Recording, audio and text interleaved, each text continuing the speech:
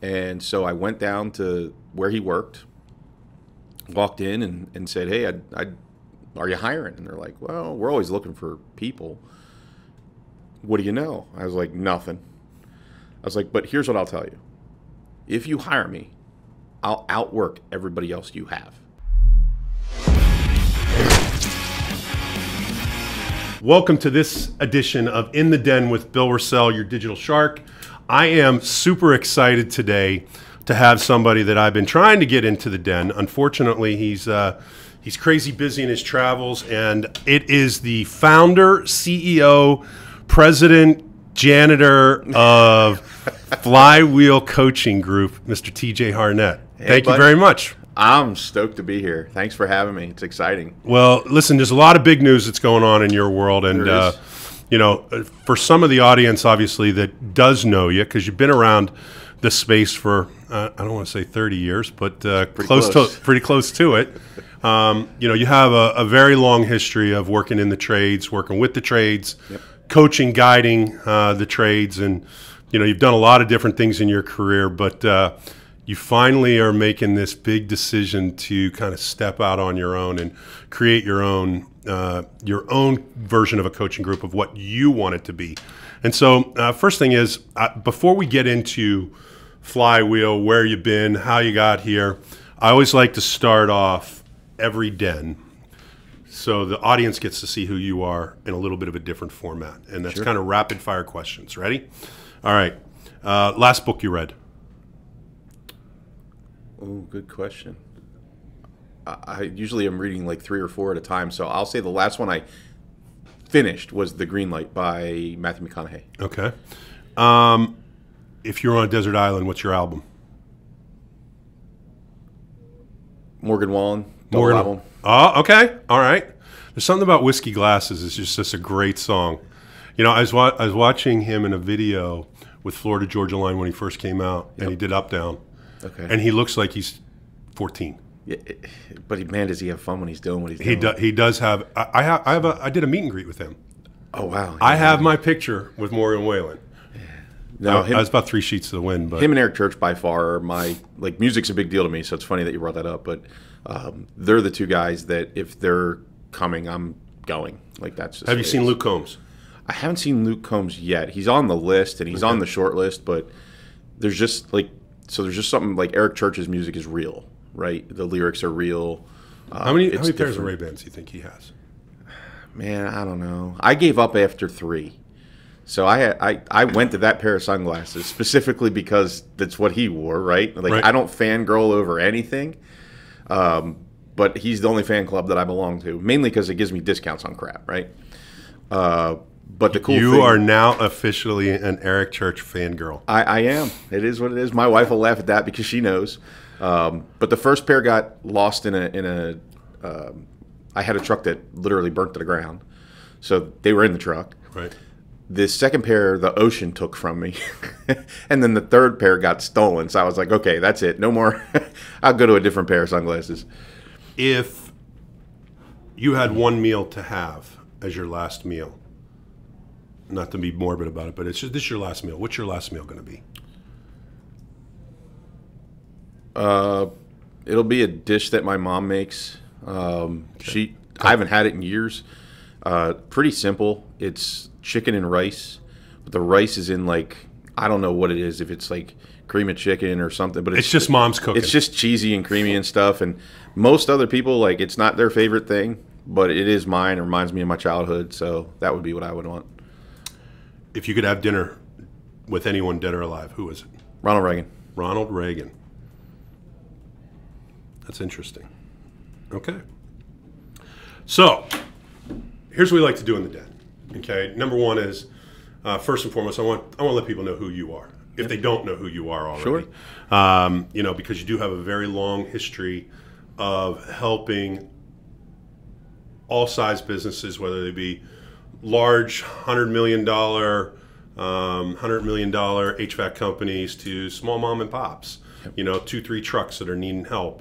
And so you kind of have the ability to expose where everybody needs some help. You know, I always like to say that Tiger Woods has 4 coaches, and he's considered the greatest of all time. So if he needs that, why shouldn't other businesses need that? And I think the biggest mistake people make is that they think that if they don't have problems, they don't need a coach. And the purpose of a coach isn't just for problems. It's an outside perspective for things that you just aren't going to have visibility to when you're standing in the middle of the forest. Right. Because you're looking at so many things. You know, it's Yep. funny. A guy by the name of Aaron Gaynor, who's a good friend of mine, who owns Eco Plumbers in Ohio, he kind of put it best because now he's doing 45, 50 million. He said, I become a logistics company. I become a warehousing company. I become an HR company. I become a marketing company. I become all of these different companies. But by trade, I'm a master plumber. Yep. And so he's like, that's where I look to the people around me to help me to get to that. And I think that's a lot of the perspective that you bring to the table today. And so we want to kind of isolate that a little bit. But talk to the audience. How'd you get started in the trades? It's one of my favorite conversations just because it gives me a chance to talk about my dad a little bit. So my father, I grew up, my biological dad, waste of space. We don't need to talk about that. Yep. But I was really fortunate that when I was like 2, my mom met my stepdad. Yep. They got married when I was 3, and he raised me. And when I was 16, he adopted me, and I became like his son. My last name changed, all that different stuff. But I grew up watching him and learning work ethic, learning what it meant to work hard, learning what it meant to provide, make sure your family was taken care of. And so he came to me, I think I was a junior in high school, and he said, what do you want to do? And I said, well, I want to be a school teacher. And he goes, yeah, that's fine, but what do you, like, you're going to learn a trade. It wasn't a negotiable thing with him. Right. I said, well, then I'll just be an auto mechanic like you. His response to me was, I'll break both of your arms. And I was like, all right, well, I guess I'm not doing that. So our next door neighbor worked for the local oil company. He was their engineer for their hot water systems. Okay. And as a 16-year-old kid, all I saw was that he had a nice house, he drove nice vehicles, and he went on really cool vacations. Right. And I was like, well, if that's providing that for him, then I'll check that out. And so I went down to where he worked, walked in and said, hey, are you hiring? And they're like, well, we're always looking for people. What do you know? I was like, nothing. I was like, but here's what I'll tell you. If you hire me, I'll outwork everybody else you have. Now, how old are you at this time? For 17 years old. 17 years old. Yeah. By the time we got around to me doing it, it was the summer that I was between my junior and senior year. Yep. And I said, I'll outwork everybody else that you have. And he looked me square in the eye and he goes, you're hired. And so I started out making like $6 an hour. Are you able to share in the company at that time? I'm sorry? Are you able to share who the company was? Yeah, actually, it's a great company with an amazing longevity. It's Clyde S. Walton in Lansdale, PA. Okay. So I think at this point they've probably been in business. It's got to be close to 150 years at this point. Wow. They've been around a really, really long time. Okay. And so that was my first thing. I was an oil burner apprentice. And so I would work here and there until I got done school and then went to college to become a school teacher, right? I went to Montgomery County Community College and, all that kind of stuff, but paid for it by doing heating and air conditioning. Like, this is what I did. Right. And I got to my part of my college where I had to do student teaching. And I realized that I didn't like the parents or the administrators. And so I stopped, right? And decided that HVAC wasn't just a job anymore. It was going to be my career. And really dug in, really started going to every class that I could. And I mean, back then, we're going back into late 90s, early 2000s at this point. And so back then, there were all kinds of, like, I don't know if you call them free or you call them complimentary, whatever you call them, but there was no cost to me to go to a lot of these things other than my time. Right. So everybody else my age was going out and partying and doing this and doing. I was going to a class. Right. I went to the Better Home Heat Council up in Lehigh Valley. Got gold certified for oil. got Nate certified with all 12 specialties. That's still one of the things I kind of hang my hat on technically. Right. Because I don't think there's a whole lot of people running around out there that got all 12. Universal certification for EPA, all those different things. If there was a certification, I wanted it, right? Okay. So track pipe, gas type, propane, all those different things. Long and short of it, though, one of the things I struggle with as a technician, and I don't actually think I've talked about this before anywhere, but it's been something that's been on my mind lately, so I figure, hey, what the hell, let it out. Yep. Is I always had, I don't want to call it a spirit of discontent, but maybe a spirit of wanting more, hunger. I was always hungry. Right. And so once I would feel stifled somewhere, if I expressed that I was feeling that way and they wouldn't do anything to help through it, I would leave. Right. So if you looked at my resume as a tech, I probably wasn't the most attractive guy in the world because it looked like you were job jumping. It looked I was a job hopper, but here's the thing. I got better every time I did it. Like every time I would make a move, I would improve. Right. And so going back, are there some things I would have done differently? I think maybe there's a few. But ultimately what it came down to was it wasn't until I read Simon Sinek's book, The Infinite Game, Yep. that I realized what was really happening. And that was that I view things as there is no finish line. Okay. Right? In business or in life, there is no finish line. You should be trying to improve and get better as long as there's breath in your lungs. Right. And that's how I kind of approach everything. And when you work somewhere that doesn't take that approach and views as there is a finish line or there is a winning, like if we do this, we're going to win. It creates a disconnect. Right. Right. And honestly, I don't know that Flywheel would exist if I didn't have that character trait, because I just would have settled in somewhere. But I want more, not just for myself. And really, myself kind of comes last. You know me, and Yep. you know that about me. But I want more for the industry, especially right now in this social media age, right? I mean, the disillusionment that goes on in our space right now with what scalability is, what it looks like, what's possible. We leave out what's responsible. Right? We give this illusion. Somebody might say, hey, I've done 40 million in the last 4 years. Well, what you don't realize is they didn't just say they're a $40 million company and they're doing 40 million in revenue now. Creative math, they took what they did 4 years ago and then added it to what they did 3 years ago and added it to what they did 2. And all of a sudden we did 40 million. I don't know about you, but if somebody tells me they're doing 40 million, that's not how I think about it. No, right. Right. And so it's just really disillusioning. So I want to make sure that anybody that I have the pleasure of working with or coming in contact with, that it's just always truthful, and we give them a real expectation of what they can do. Not I don't want to say limited, right? Because if you want to grow. But I don't care what your top line revenue is. What's your profit? What's your net? Yeah. Because a lot of these places that are doing this 40 million whatever, it's like you ask them their net and they're like it's 1%. Yeah, I've seen that a lot. These guys are like, I got 50 trucks. Okay, great. And you're running at 5-6%. And, I don't know about you, but if you took 100 million and did 10% versus doing 50 at 26%, 50 at 26% is a lot better than 100 million at 10%. Big company, big problems. Smaller company, smaller problems. Yeah. So you get all these great certifications. Yep.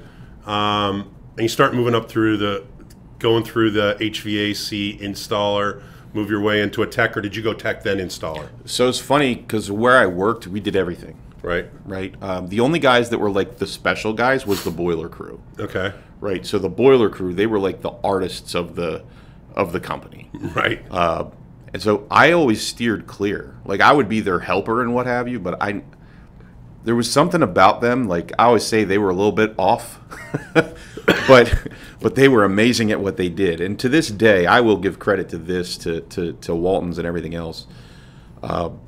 I've never worked with a more technically sound group of individuals than I did there. Right. Right. Everybody knew their craft. So you kind of start moving out of being in the technician role. Yep. Start becoming into the leadership role. Yep. Talk a little bit about how that was for an evolution for you to go from being because that's the hardest thing that anybody faces in the space, as they're either starting their own company or they're growing up through the ranks of a larger organization, is going from being a really masterful tactician at what doing and understanding the HVAC space to becoming a leader and leading people. How was that for you and what you were doing? Painful. Painful? Okay. Because it started early, right? So, the one thing about starting the trade at 17 is by the time I was 25, I was being looked at as service management material. Right. I was from a knowledge standpoint. I was not from a maturity standpoint. Okay. And so there was a lot of growth that needed to happen. And so, the way that I went about things when I first went into leadership, I look back on and I'm like, man, I owe a lot of people a lot of apologies. Who was that influential leader that helped you change in your role as becoming from the technician to the leader? There had to be somebody that helped you along in the process. I got to be honest, there's not one. Right. There's a tribe. Okay. Right. Some of them. So a fellow by the name of Ed Tressler was my install partner for a while. Okay. He helped me to become just a better man, period. Right. A fellow by the name of Glenn Sager, he's the one that helped me realize that I didn't have to get smelly and covered in oil anymore. Right. In the training space, all credit for everything in that space goes to Mark Atherstone.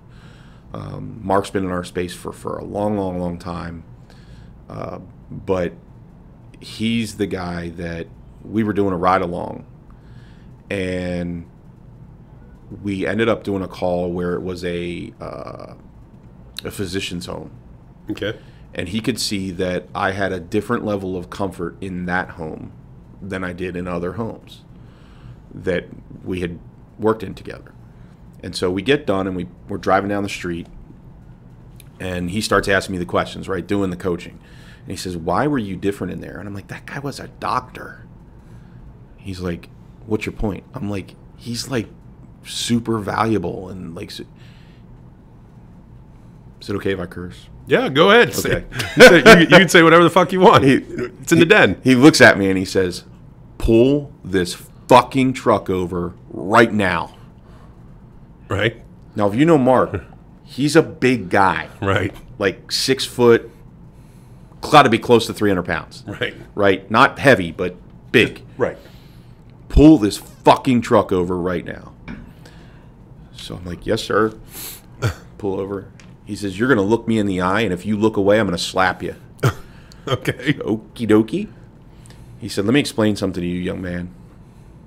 He said, can that doctor fix his air conditioner? I said, no. He said, can a lawyer fix his heater? I said, no. He said, can you? I said, hell yeah. He goes, you're every bit as valuable as any of those other high-level professionals. And if I ever hear you say otherwise again, I will come find you and I will beat you. He said, I'm going to tell you this. You're good at what you do. You're valuable. You matter. It's the first time somebody ever told me that. It's interesting is that up until the last 2 years, there's been a term that's been redefined. There's a couple of things that have been redefined through COVID. Yep. One, the QR code got redefined. Right? That's the true winner of COVID. All right. It was on its deathbed, and the QR code got revived, and now everybody utilizes QR codes in some way, shape, or form. One of the things that was, I don't know if it was revived or it was, for lack of better words, probably utilized properly, is the word essential worker.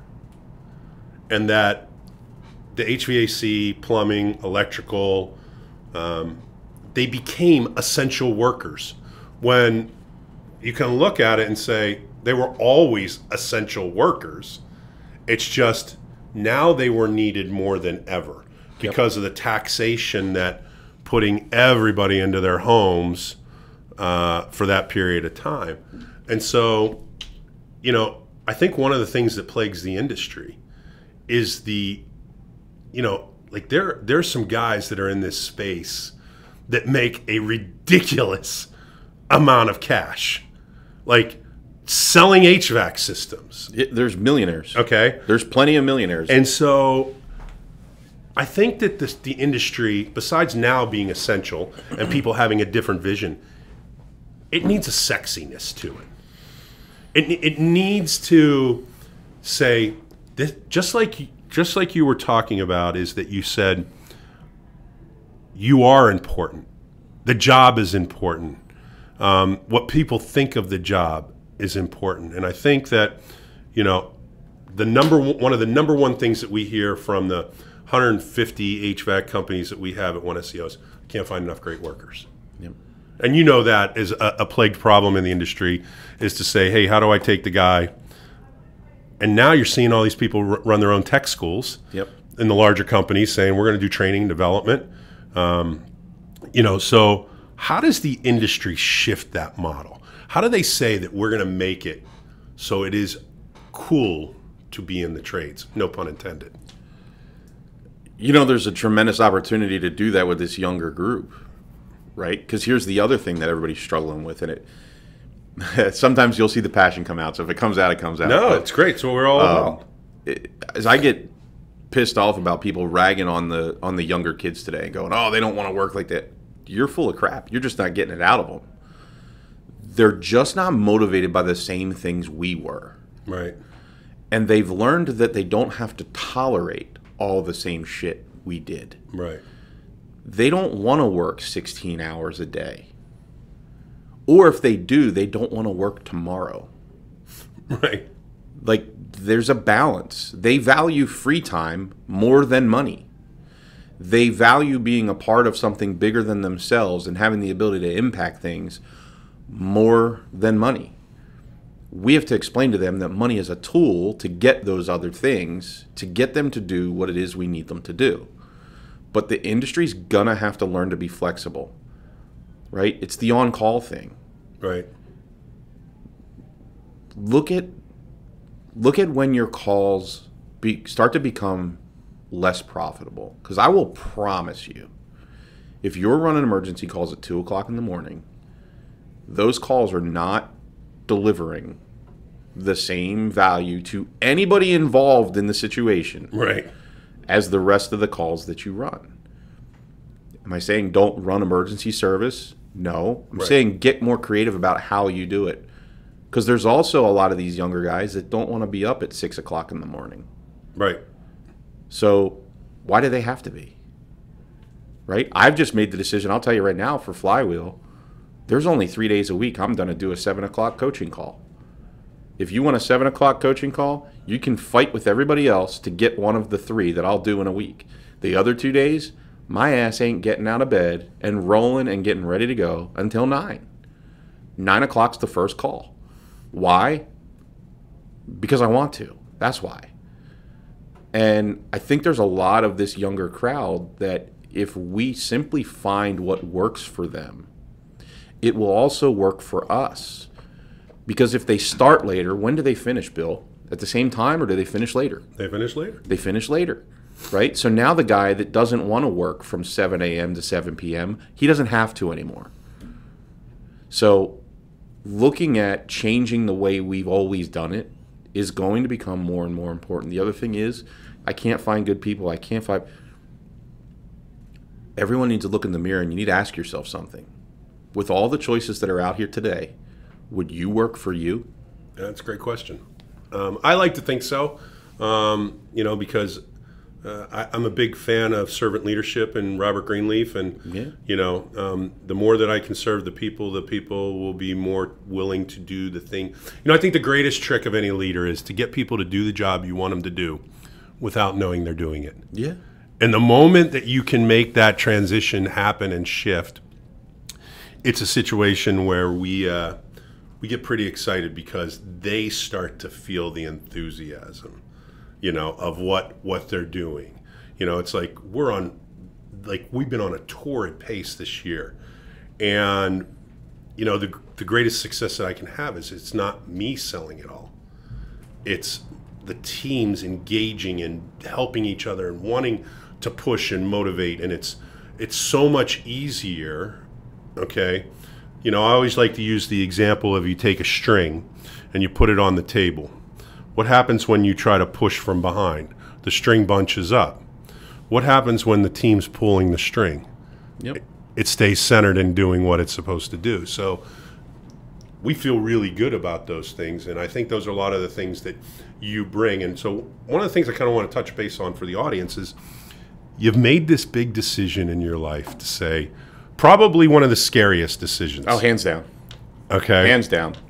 This was way scarier than when I started my HVAC business. Yep. Way scarier. So just tell the audience, talk about Flywheel and what Flywheel is going to be about. Give me your 30-second pitch. I probably should have prepared that before I came in, right? Ultimately, what it comes down to is focus on the fundamentals, focus on relationships, and always do the right thing. And I hate to kind of make it that cliche, but it's true. Right? I was on a conversation with a coaching client this week. I'm not going to name any names, but we had a situation where he was like, hey, this client's really frustrating me, blah, blah, blah. And I said, well, let's talk about it. Let's talk through this. I said, what's the scenario? And he goes, we went out for a drain stoppage. I said, okay. And we augured the drain, and it didn't clear the stoppage. I said, okay. How many choices did we give them to take care of the stoppage? And he goes, well, we gave them 3. I said, all right, we're tracking. We didn't go right to the hydrojetting. We're tracking so far, like we're good. Right. And I said, once that option didn't work and you look deeper at the problem, what did you uncover? And he goes, well, that this and this and this and this were really what was causing the stoppage. Right. And I said, well, where are those options? Well, we didn't give them.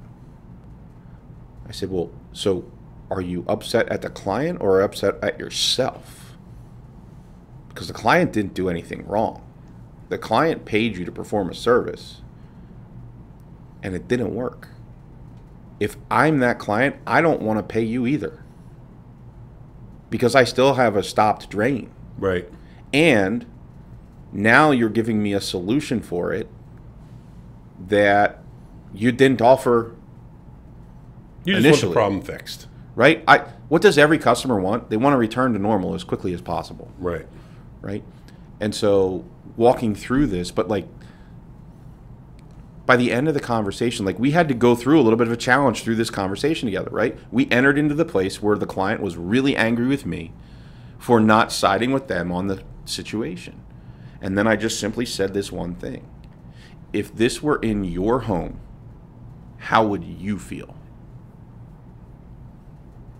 It's like, oh, crap. I said, exactly. No pun intended. Yeah. Like, and at the end of the day, we always have to reserve the right to do the right thing. Right. Now, that said, unpopular opinion, we need to be technicians first when we're technicians. Okay. You need to be a skilled person in your trade. So if you're a plumber, you need to be a skilled plumber. If you're an HVAC technician, you need to be skilled at it. You need to understand sequence of operations. You need to understand how things work. You need to understand what went missing and put it back. Then you do need to have that same level of skill from a communication standpoint. Yep. Right? I think what happened was somewhere around, I'm going to say between 2000 and 2005, the trade made a shift to being super sales focused. And all of a sudden, we had a ton of people out there selling that didn't have a clue how to actually fix anything. Right. Now that pendulum's starting to swing back. When it hits that equilibrium, that center point, right, on that grandfather clock, some special things are going to happen in this space.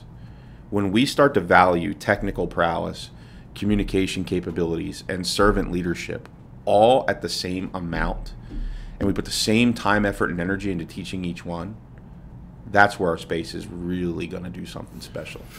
Yeah. So as it applies to Flywheel, you do a lot of different coaching. Correct. You have like a technical side. Correct. Okay. You might have Well, why don't you tell me some of the different aspects besides just the technical? Are you doing CSR training? So we are. Okay. We are. Again, it's different. Inventory control management? Yes and no. Okay. Right? And so here's what I mean by that. If it's not something that we do, I'm in the process of creating some strategic alignments to get you what you need. Right. But I'm not doing it the same way that everyone else does it, where it's like, oh, use this person and then they get a referral fee and you get this. And I'll use an example of the HR guy. Okay. Right, Ian Shotnews. I've known Ian for a number of years. We've connected. I love what he does for the industry, and I love the way that he does it. He doesn't apologize for things being what they are. Mm-hmm. He may not always have the best way to package it, right? He's very blunt. Right. So I was like, the heck with it. My clients need this. So what did I do? I built it into my pricing. And so if you're a member of Flywheel at either the second, third, or fourth level, his services are included. You're not paying him additional money. You're not paying me additional money. It's just when I cultivated and figured out what I needed to charge to be able to give people what I felt they needed and deserved, that was a part of it. Right, right. As we look and we integrate some things, right? There's some other people in this space that do some really amazing things that I'm in communication with. My idea will be that stuff starts to get integrated, and it's a part of what you're doing, not a whole nother tag on. Is it the right way? No, but it's what I feel good about. So I'm comfortable with it. Because here's what happens. Too many coaches try to be all things to all people. Yep. Too many coaches try to coach on things they have no business coaching on. Right. Right? So what are those things for me? What should I not coach somebody on? Probably not the guy to coach you on, like, the ultimate duck design if you're in the Southwest and the West. Right. Why? Because I live here. Right, right, right. I know how to do ductwork and things, but it's not the same here. So I didn't live it. If I only read it in a book, but I haven't lived it, I'm not going to teach it. Yeah, we practice a lot of that same principle that if we want to try something as far as for one of our clients, Yep. I don't know. I'll throw a random. I'll give you the perfect one because I know you're a big 4-for-4 guy. The parade goes down for the Super Bowl in 2017. The parade goes down, and somebody says, "Hey, why don't we put a Snapchat filter with the Fly Eagles Fly guy, right, and one SEO on the same filter, so that everybody that's Snapchatting the whole parade route, right, they could use our geo filter with the Fly Eagles Fly guy." And so there wasn't obviously any trademark infringement with the NFL. It was an image that we put up. Right.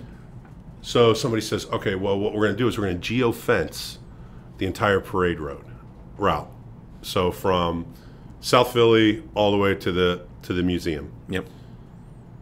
We probably spent $400 that day, right?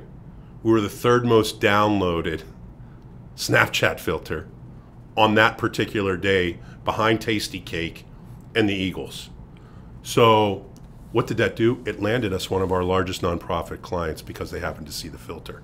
Okay. Now, if I was sitting in a leadership meeting here and somebody said, hey, I want to Snapchat the parade route, I'd probably look at it and say, that's probably the dumbest idea that you're going to ever have. However, if I take that approach and say that's the dumbest idea because I don't think it's going to work, you never get where you want to go. Exactly. Because you're trying new things. In digital marketing, you have to constantly be pushing the envelope of saying, I'm going to try something, and it might not work. It's just like when you're utilizing the example of what are my options to fix this drain? Okay, here's my first option. I'm going to go to the client and say, we're going to have this discussion. We're going to try to make this work. This is what we think is the best option at the best possible price for you. Are you in alignment with that? Yes, good. Let's move on. Well, if it doesn't work, you got to go back and say, Mr. Customer, I tried this. It didn't work. We got to go to the next one. Well, the point I'm trying to make is that when you try things on yourself to better understand what's going to work for your clients, your success rate comes out 10 times more. So we constantly are trying new things on one SEO before we just run it out to our clients because we want to know that it works. But it's that humility piece, right? Absolutely. And that's the piece about it. Like, I have an abundance mentality, right? We could have 1,000 more coaches in this space and still not have enough. The thing that drives me is making sure that people get accurate, honest, ethical assistance. Right. You know, it's one thing I've heard you say, and you know, we've been pretty close for some time now, is the honesty in the space. And you know, I think one of the hardest things that's out there is the lack of transparency. Yeah. Okay, because I think people put on facades. They try to make it look like everything's going great on the forefront. But when you get behind the scenes and you find out what's truly happening, you know it's a complete shit show. Mm-hmm. But yet, their Instagram or their Facebook page or whatever it might be. Yeah, it's utopia. You know, you can't ask for a better environment. So do I think that it's great to share social and what you're doing and help build your culture? Absolutely. We like to have a lot of fun, okay? I think in any organization you should listen, if you're digging through drains and you don't find a way to make that job fun, it's going to be a pretty shitty day. Plumbers are some of my favorite guys to hang out with. I just got to be honest, because they don't care. So talk to me a little bit about how Flywheel is going to be different than other coaching groups out there. So number one, there's the only quote-unquote cookie cutter, I refer to it as, program that we go through is my foundational 5, right? So can you share? Yep. So I'm going to review your financials, okay, your profit and loss, your balance sheet. I'm going to review your pricing. We're going to look at core values. We're going to look at mission statement. We're going to make sure there's an org chart, right? That's the foundational 5.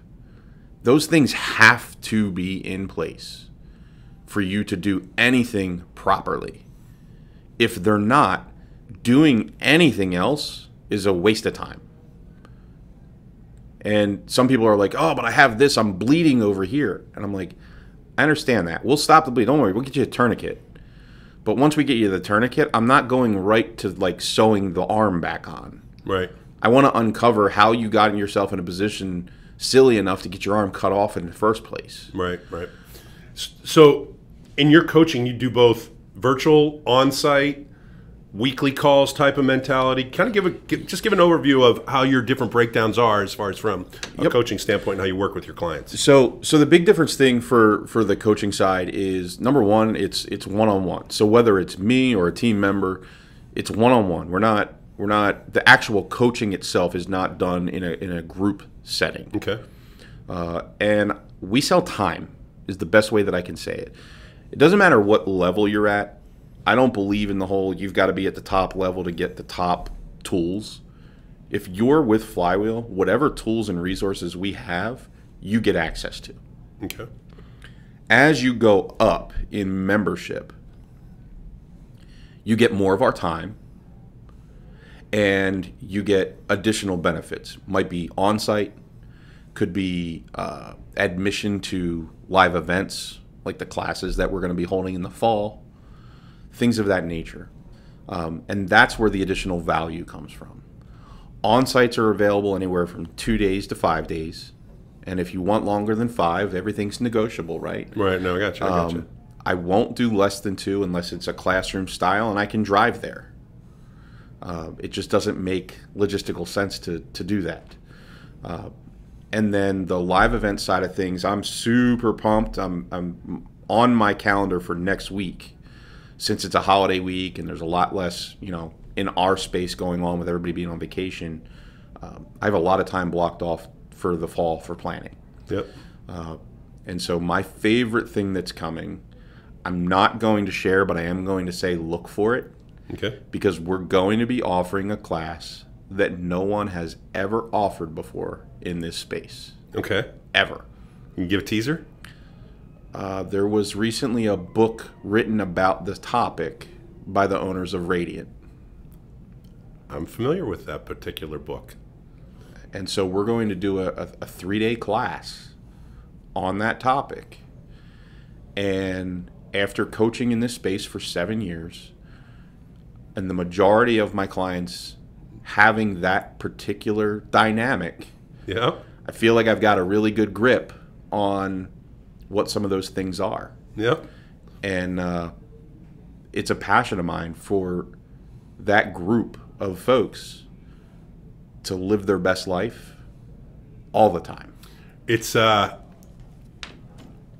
you've shared a little bit with it, and now knowing, first of all, Brad and Sarah are dear personal friends. I think that, and I won't give anything away on the book, but they're dear personal friends, and they have done a wonderful job at growing their business. You know, and I think they do it through a lot of people. Mm-hmm.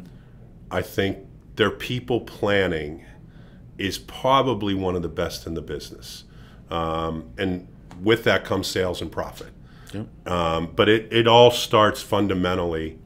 It starts fundamentally with the people of that organization. And I've never seen, there's only a couple of, one of the things that I've been trying to do more to help us from a digital standpoint, and it's probably not as, I don't know that everybody else is doing it, but I am, is I'm going out to as many HVAC shops as I can. Yeah. Because I want to see the real world of what's, I just went and toured Horizon's King of Prussia location where, they got $75 million running through the 5 counties of Philadelphia. And, I went out to Any Hour out in Wyatt, out in Utah. In Salt Lake City, and saw their place. And, I've been to Brad and Sarah's place. I've been to Pete and Alicia Green's place down in Go Green.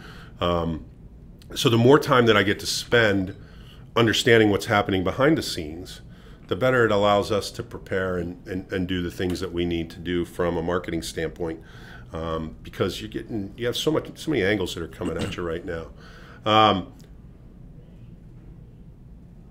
Big event coming up. That's good to hear. We'll help in making sure that gets promoted when the time comes. I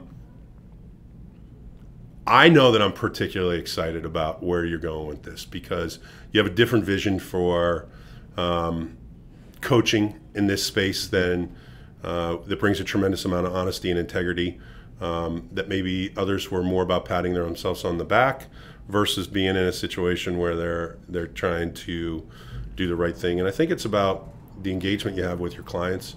I love that you said something to me when we were talking on the phone the other day. You had said, I'm not always nice. That's just going to bring the other piece that separates us is accountability, right? And what has to happen first is there has to be a relationship in place, mm-hmm. like a strong relationship. Yeah. Because I'm not going to just take folks' money to coach them. Right. If they're not going to do it. Right. I had this conversation this week with someone, and I said, look, I care deeply about you.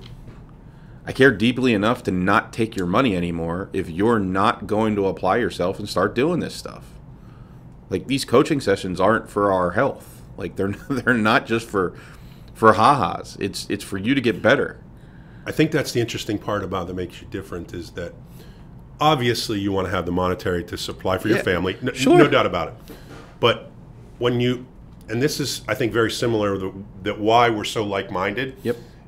When you see the growth of somebody's business and the growth of that individual, it's far more rewarding than the financial aspect of what you can, because at the end of the day, when I've seen somebody go from doing 900,000 to doing 1.4, going from 1.4 to 2.8, going from 2.8 to 5.0, going from 5.0 to 7.7, like in a 5-year period, to see somebody with that type of incremental growth and know that we've had some part of it, that's pretty powerful. Mm-hmm. And quite frankly, I should be charging you more now that you're at the 7 million mark.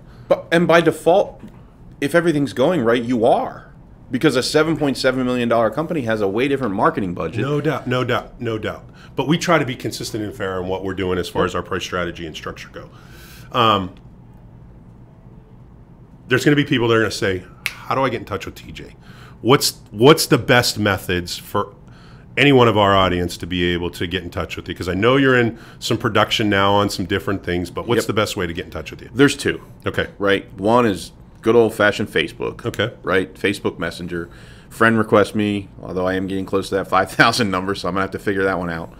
And then the other is text. Okay.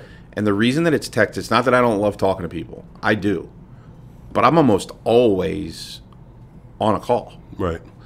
And so a text I can reply to, and it's written so I don't forget. Right. So they can text me on my cell directly. Okay. It's 215 Yep.